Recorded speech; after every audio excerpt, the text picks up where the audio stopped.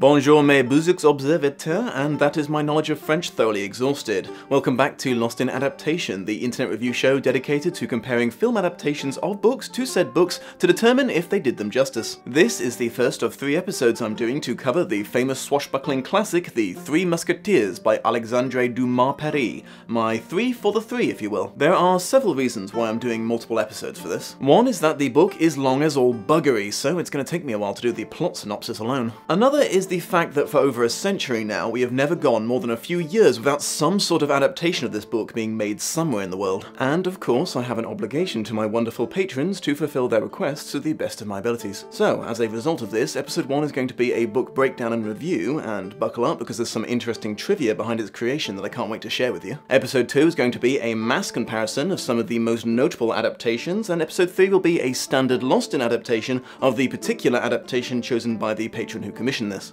Just before we begin, I want to quickly acknowledge that I am awful at pronouncing things, and while I have tried to look them up, my garbling of the many French names in this story will no doubt cause the ears of French speakers to bleed profusely. Hey guys, this is Dom from the editing room. Unfortunately, I can now see in hindsight that I might have overcorrected for this slightly. I was so obsessed with trying to pronounce D'Artagnan in particular the correct French way that I ended up over-enunciating his name pretty much every time I say it, and yeah, hearing it back now sounds super pretentious to me, so sorry in advance for that. I will probably just say D'Artagnan in future episodes. I will let you and this handsome devil get back to it. Okay, let's get this party started, shall we?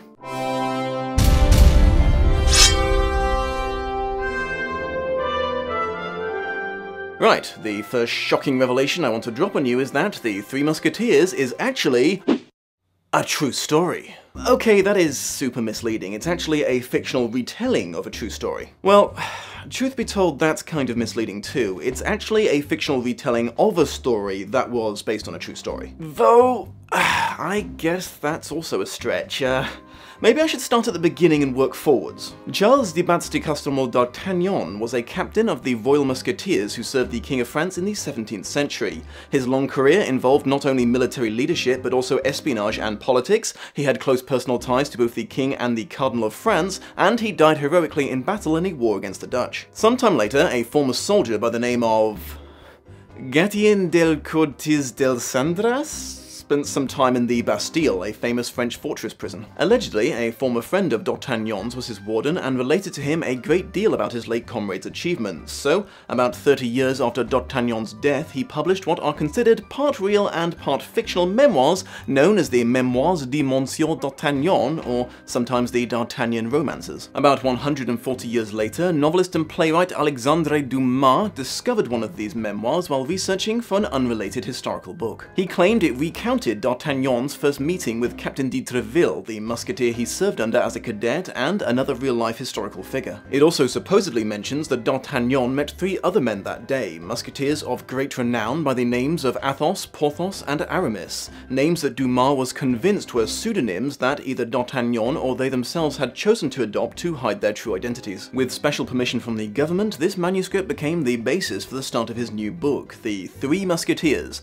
the remainder of which it's generally agreed he made up. So yes, The Three Musketeers, originally serialized in French papers in 1844, is a mostly fictional story based on a semi-fictional story based on some potentially true but probably exaggerated stories about a real-life person. Which, if you think about it, means that all of the films I'm going to talk about in the next episode are adaptations of a mostly fictional story based on a semi-fictional story based on some potentially true but probably exaggerated stories about a real-life person. Now that we've established that in a clear and simple manner, please allow me to recount the plot of this game of telephone account of history. D'Artagnan, the prodigy of a noble but not affluent house in a place called Gascony, is sent by his father to Paris to gain fame and fortune by joining the Musketeers, the elite soldiers and personal guard of the King of France. His father gives him a small amount of money, a letter of introduction addressed to the leader of the Musketeers, an old friend of his named Captain de Treville, and an old horse of unusually yellow colour that's something of an embarrassment to his son. He charges him to never sell the horse and, despite dueling being outlawed, to fight any man who offers him even the smallest insult. Because of this advice, D'Artagnan, while passing an inn, attempts to murder a mysterious man with a scar on his cheek who laughs at his mount. The man seems more than willing to duel him, but an equally mysterious woman in a carriage reminds him that they're on a time-sensitive mission to England, so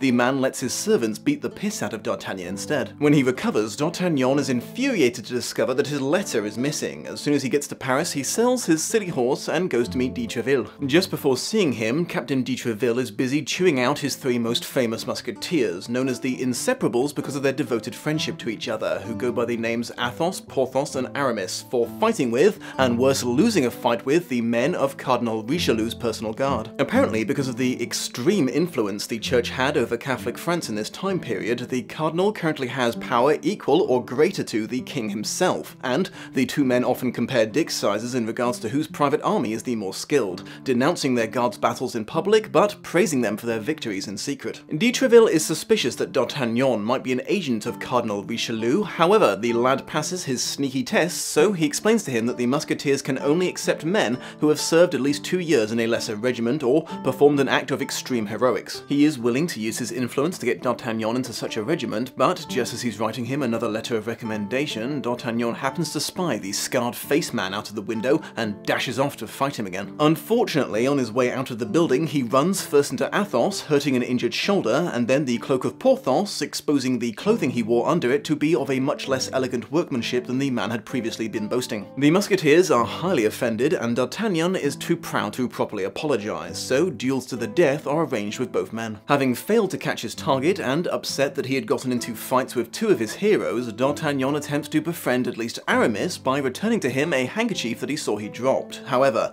he only succeeds in pissing him off too, as it turns out that was evidence of a possible love affair that he was hoping to hide from his friends, so a third fight to the death is arranged. Before any of them can begin, however, they are interrupted by 6 men of the Cardinal's guard, who attempt to arrest them for illegal dueling. The musketeers elect not to come peacefully, and D'Artagnan chooses to fight with them to even the odds. He fences so well the outnumbered King's men are victorious, killing or wounding several of their opponents, and D'Artagnan is accepted as a new member of their group. They earn themselves a private audience with King Louis VIII for this, under the pretense of chastising them, but actually to reward them for humiliating his rival. D'Artagnan actually duels yet another man mere hours before this meeting, wounding him fatally, but fortunately the man had enough honor to admit that he was the instigator of the fight, so the young Gascon literally gets away with murder for the second time in as many days. D'Artagnan also employs a servant by the name of Planchet, who shortly later he beats the shit out of for daring to ask if he can quit because he's not being paid. Sometime later, his landlord, a gentleman by the name of Bonacieux, comes to him begging for help as his young wife Constance has been kidnapped for reasons that might have something to do with her being the personal servant of the Queen of France. During their conversation, Bonacieux sees a man watching them from across the street and recognizes him as his wife's kidnapper.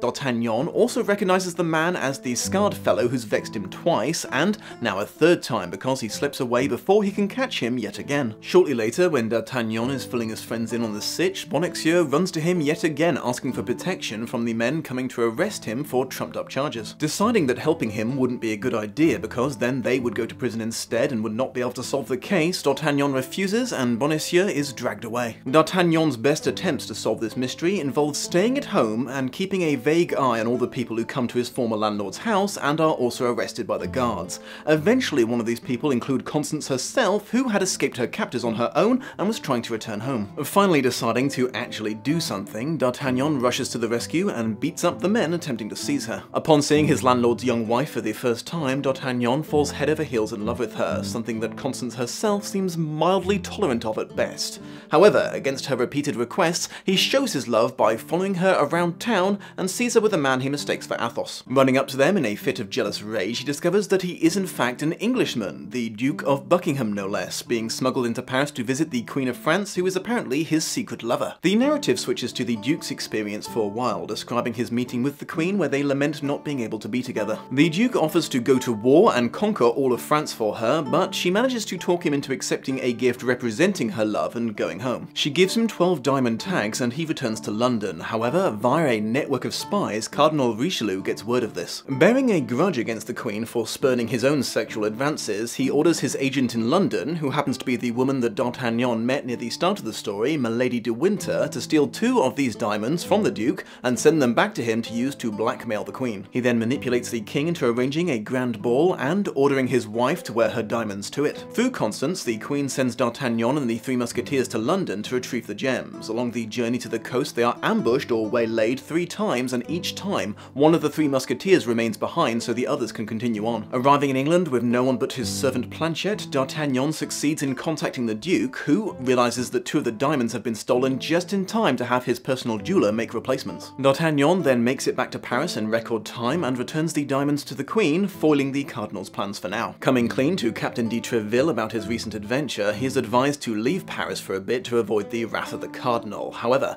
D'Artagnan chooses to stay to meet Constance. Constance, however, is sold out by her husband, who, after having been released by the Cardinal, had somewhat Stockholm-style come to love him more than her, and given her over to D'Artagnan's mysterious scarred nemesis. Upon learning this, D'Artagnan bravely leaves Paris and goes to find his missing friends. He finds Porthos wounded after yet another duel, having spent his time recovering, stealing wine and food, or accepting them on credit that he has no way of repaying. Athos, he learns, has been barricaded in a wine and meat cellar for 2 weeks, eating and drinking a poor innkeeper into financial ruin. And Aramis, he finds, is on the verge of giving up his place in the Musketeers to become a monk like he's always talked about, but is instantly persuaded away from such a lifestyle change by a letter that D'Artagnan has brought from his mistress in Paris.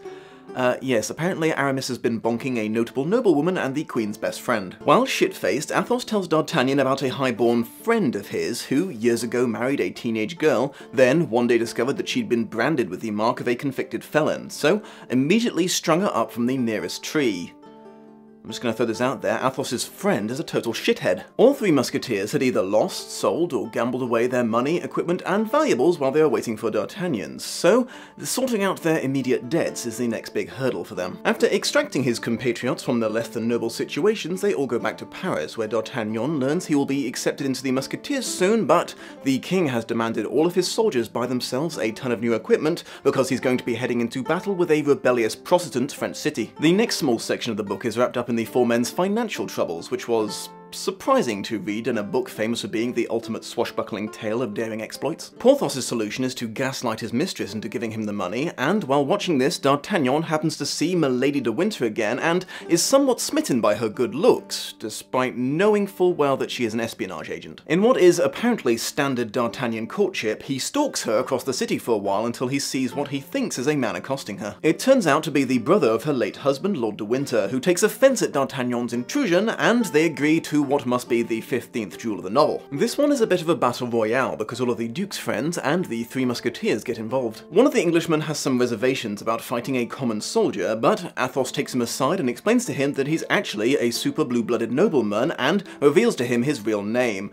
However, immediately afterwards mentions that now that he knows it, his new friend is going to have to die to keep his identity a secret, and then does indeed skewer the poor man as soon as they start fighting. D'Artagnan defeats de Winter, but spares his life, and in gratitude, the Lord offers to introduce him to his sister-in-law. D'Artagnan spends the next few days courting Milady de Winter, believing he was gaining her affection, but finding out via her maid Kitty that, while Kitty herself has fallen madly in love with him, Milady is actually infatuated with a Count de Ward, the man that D'Artagnan wounded and robbed to get to England, and Milady is only getting close to D'Artagnan now in order to assassinate him to impress her love interest. At this point in time, I feel inclined to pause for a trigger warning. The following part of the book contains acts of a sexual assault. Through deception, not violence, but I do intend to use words fitting such an act. Furious at this turn of events, D'Artagnan manipulates Kitty into letting him intercept Milady de Winter's letters to the Count and forging a reply, saying that he will come to meet her at midnight, but to keep the room dark. Kitty is understandably not entirely on board with this, but D'Artagnan threatens to reveal what she's done so far if she doesn't keep helping him, so she unwillingly goes along with it. Sneaking into the house, D'Artagnan has Kitty announce him as the Count and enters Milady's room and has sex with her while pretending to be de Ward. So, yeah, D'Artagnan is a rapist.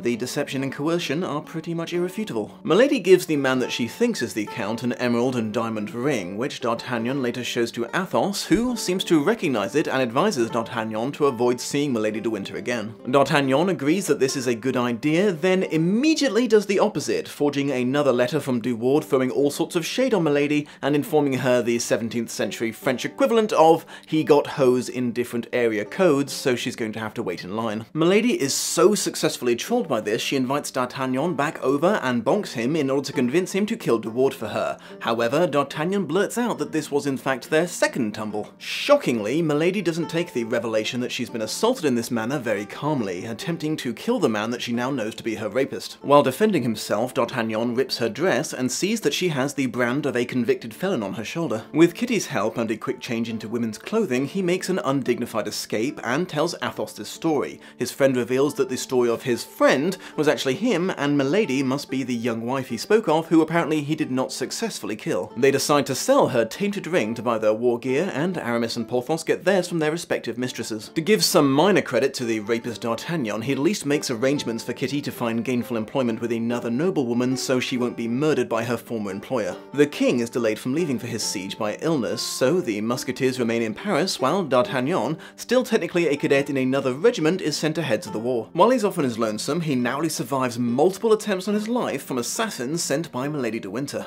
After the Three Musketeers join the rest of the army, they inform D'Artagnan his beloved Constance, who has made no attempt to rescue thus far, has escaped her captors, as the Queen managed to track her down and has hidden her in a convent somewhere. One evening, Athos, Porthos and Aramis are riding back from a night out at the pub where of course they got into another fight and killed someone, and happened to come across none other than the Cardinal, riding to the same inn to meet someone. As he is short of guards, he asks the Inseparables to accompany him along the way. While there, the Musketeers overhear his conversation with his agent, who once again turns out to be Milady de Winter. Cardinal R tells her that the Duke of Buckingham has sent English troops into the French war on the side of the King's enemies. To stop this, he wants Milady to travel to London and inform the Duke that the Cardinal has evidence of his affair with the Queen, and is prepared to out her and have her arrested as a collaborator, counting on the Duke's devotion to his mistress to force him to withdraw his armies from France. If this fails, he charges Milady with the task of arranging for the Duke's assassination instead. As payment, Milady demands the heads of both Constance and D'Artagnan, who she says she can prove has visited and collaborated with Englishmen. And, I mean, she's not wrong. The Cardinal agrees to this, and her final request, which is a letter signed by him explaining that the bearer is doing all that they have done by his orders. Athos pretends to ride off to scout the road ahead, but swings back around after the Cardinal leaves, confronting his wife and listing off her crimes to her. Included in said list is the crime of being raped by D'Artagnan.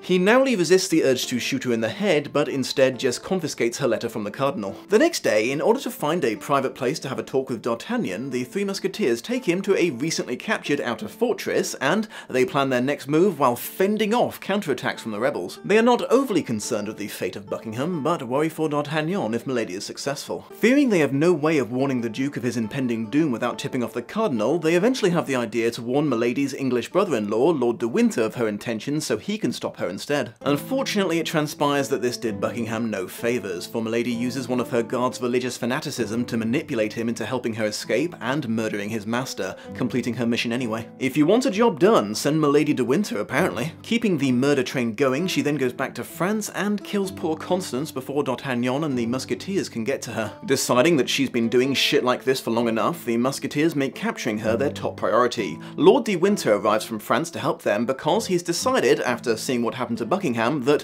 Milady must have killed his brother as well. Athos takes charge, feeling the responsibility is his as her former husband. While searching for her, he uses the Cardinal's letter to force a mysterious man in a red cloak to accompany them. Tracking her down in a remote ferry house, the five men put on a sort of people's trial, accusing her of all her wrongdoings and serving as witnesses for each other. The man in red is then revealed to be the executioner of Lille, who by pure chance also has a personal beef with Milady, as it turns out she had ruined his life and killed his relatives too. All present condemn her to death, ignoring her pleas for mercy. The executioner takes her out on a boat and beheads her. Returning to the army, the troop encounter yet again the mysterious scarred man who had so infuriated D'Artagnan throughout the story. Declining D'Artagnan's demand for a duel, he reveals himself to be the Count de Rochefort, Cardinal Richelieu's right-hand man, who has been charged with arresting D'Artagnan and bringing him to the Cardinal to answer for his suspected treason. D'Artagnan and the Three Musketeers go to the Cardinal willingly, and D'Artagnan, pretty sure he's going to be executed executed, freely admits that he killed Milady de Winter,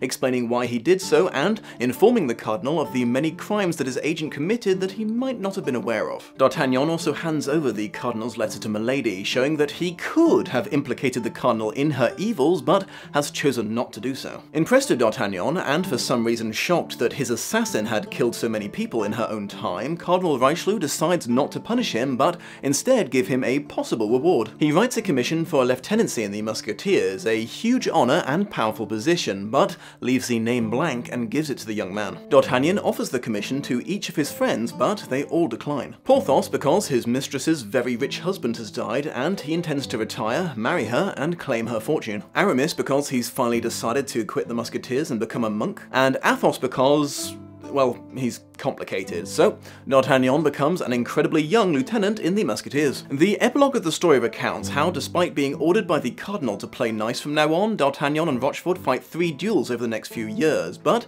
as is apparently occasionally the case with D'Artagnan, this did actually lead to them becoming friends afterwards. Athos serves under D'Artagnan for a time, but eventually also retires after inheriting a property. I personally suspect he reclaimed his old title, but I don't really have any evidence to support that. Phew, well, now that that's finally done, here's my personal thoughts on this French tome. I didn't care for this book for many reasons which I shall endeavour to relate to you now. For starters, it is 700 pages long, and in my humble estimation, it only really needed to be about 400 to tell the story it was telling. This is partly due to the book originally being serialized, so quite often the same information is repeated over and over again to remind the reader of what happened in previous installments, a remarkably frustrating thing for someone reading the complete book to have to endure. Another, I think slightly more damning reason for this ungodly length is Dumas is one of those authors who will never use one word when he can use 47. Now, I am a self-confessed basic bitch when it comes to literature, so this might be a failing on my part to fully appreciate the highbrow nuances of this book. However, after reading it, I find myself entirely lacking the energy and patience to even attempt to fake such an appreciation, so here we are. Let's talk about the book's characters, the household names synonymous with heroics and valor, D'Artagnan and the Three Musketeers. D'Artagnan is the worst. He's just awful. He's bad awful. I mean, he's a dickhead. He's the biggest dickhead who ever dickheaded. The abhorrent nature of someone who would sexually assault a woman to avenge the crime of not being into the man that almost killed the man she actually has feelings for is, I hope, fairly obvious. However, can we also just take a moment to fully appreciate what kind of unbelievable fucknugget he has to be to not only manipulate Kitty the maid's emotions, but also threaten her job to get what he wants, and after that he basically fucks her mistress right in front of her. On top of this, his picking and choosing of what actions he considers chivalrous is as relentless as it is detestable. His father made him promise to do 2 things, to fight anyone who insults him and to never sell the yellow horse that he gave him as a gift. Diddley D is happy enough to do the former as it suits his hyper-insecurities perfectly, but because the latter would be inconvenient, he breaks his word and sells his shitty horse the second he reaches Paris. The dude's a full-on incel as well. Now, I know this was the 17th century and people could do things like meet and get married super fast back then perfectly normally, but his personal timeline for romance is see married woman, immediately declare love for married woman, then just a few hours later follow said married woman around and scream at her publicly for being in the company of another man. The Three Musketeers are not far behind D'Artagnan in the competition for the biggest dickhead. All 3 of them take their oaths of loyalty to the Musketeers and the king about as seriously as a pinky promise made between 2 preteens on a playground. All 3 shirk their duties whenever possible to drink and gamble. As mentioned, Porthos supplements his income by manipulating women into giving him their husband's money, and Athos drunkenly congratulated himself on being such a nice guy, he married his crush instead of just raping her, as would have been his right as the local aristocrat. By comparison, I guess Aramis is probably the best of them. Unless I'm forgetting something he did, he's only really guilty of being a shit musketeer who is consistently just one bad day away from rage quitting and joining a monastery. The closest thing that any of them get to a noble quest in this book is helping their queen cover up an affair. The rest of their time is spent murdering people in illegal duels, scrounging for money, or following up on personal vendettas. However, I do find myself rather stumped on the question as to if this was intentional on the author's part or not. To say that the time period that this book was written during was super politically charged would be an understatement. I won't go into a full history lesson, mostly because I would be super out of my depth, but the short version is France was not long done with the revolution that removed the old regime of kings, and was only 4 years away from starting another that would remove the current one. The monarch of the Three Musketeers, King Louis VIII, and the the noble-blooded musketeers themselves represented the very bloated, burdensome overlords the French had, within living memory, fought so hard to rid themselves of. So, while they were the heroes of the story, it certainly wasn't a foolish move for Dumas to throw some shade on them by making them egotistical, decadent, self-obsessed, smugly superior men beholden to a cuckold king. But on the other hand, Dumas himself actually used the "don't judge past generations by today's standards" bullshit excuse multiple times to justify some of their worst behaviour, so maybe he was just a wanker, I don't know. You might have noticed that I referred to Milady de Winter as just Milady a few times in this, and I know that doesn't make a lot of sense. It's like calling someone Mrs. or Madame, but that is exactly how she's often referred to in the book. From what I can gather, Milady de Winter is so quintessentially a milady, the title has become almost like her codename, like Red Sparrow. Cardinal Richelieu is a very interesting character in this book because it took me almost the entire way through the story to realise that Dumas does not necessarily see him as the antagonist. True, he is manipulative, super cutthroat in achieving his ends, and a man who considers a woman spurning his affections sufficient reason to try to destroy her, but let's face it, that's a pretty accurate description of the heroes of this story as well. When you stop and think about it, the Cardinal sending Milady to England to threaten or kill Buckingham can be seen as a political figure working to eliminate legitimate military threats to his country through the least amount of deaths possible. The Musketeers taking steps to impede this, even though they were doing it for unrelated personal reasons, could be considered treasonous to the king and country they sought to protect. FYI, in the actual historical siege of La Rochelle, the English did attempt to send relief to the city, but couldn't make it past the French Royalist coastal defences. So yes, the Cardinal is undoubtedly an arsehole, but he's in a book full of arseholes, and he is at worst a frenemy to the heroes at the end because they forged a healthy respect for each other. Milady, on the other hand, is treated as the true villain of the story because she seduces and murders people, but you know, she does it sneakily, so that makes it bad, unlike when the Musketeers do exactly the same thing, because that's good. It's good when they do it. Well, that about wraps it up. Please do join me for the next episode where I'll be comparing this story to some, but obviously not all, of the many, many film adaptations it spawned. If you'd like to vote for anyone in particular to be added to the list, you have about a week to become a patron. Thank you for joining me, my beautiful watchers. Don't forget to like, comment, and subscribe if you are new here and have enjoyed what you have witnessed, and I will see you soon. Much love and appreciation to my patrons of honour, Aaron G. Dunsill and Sasha I. Edwards.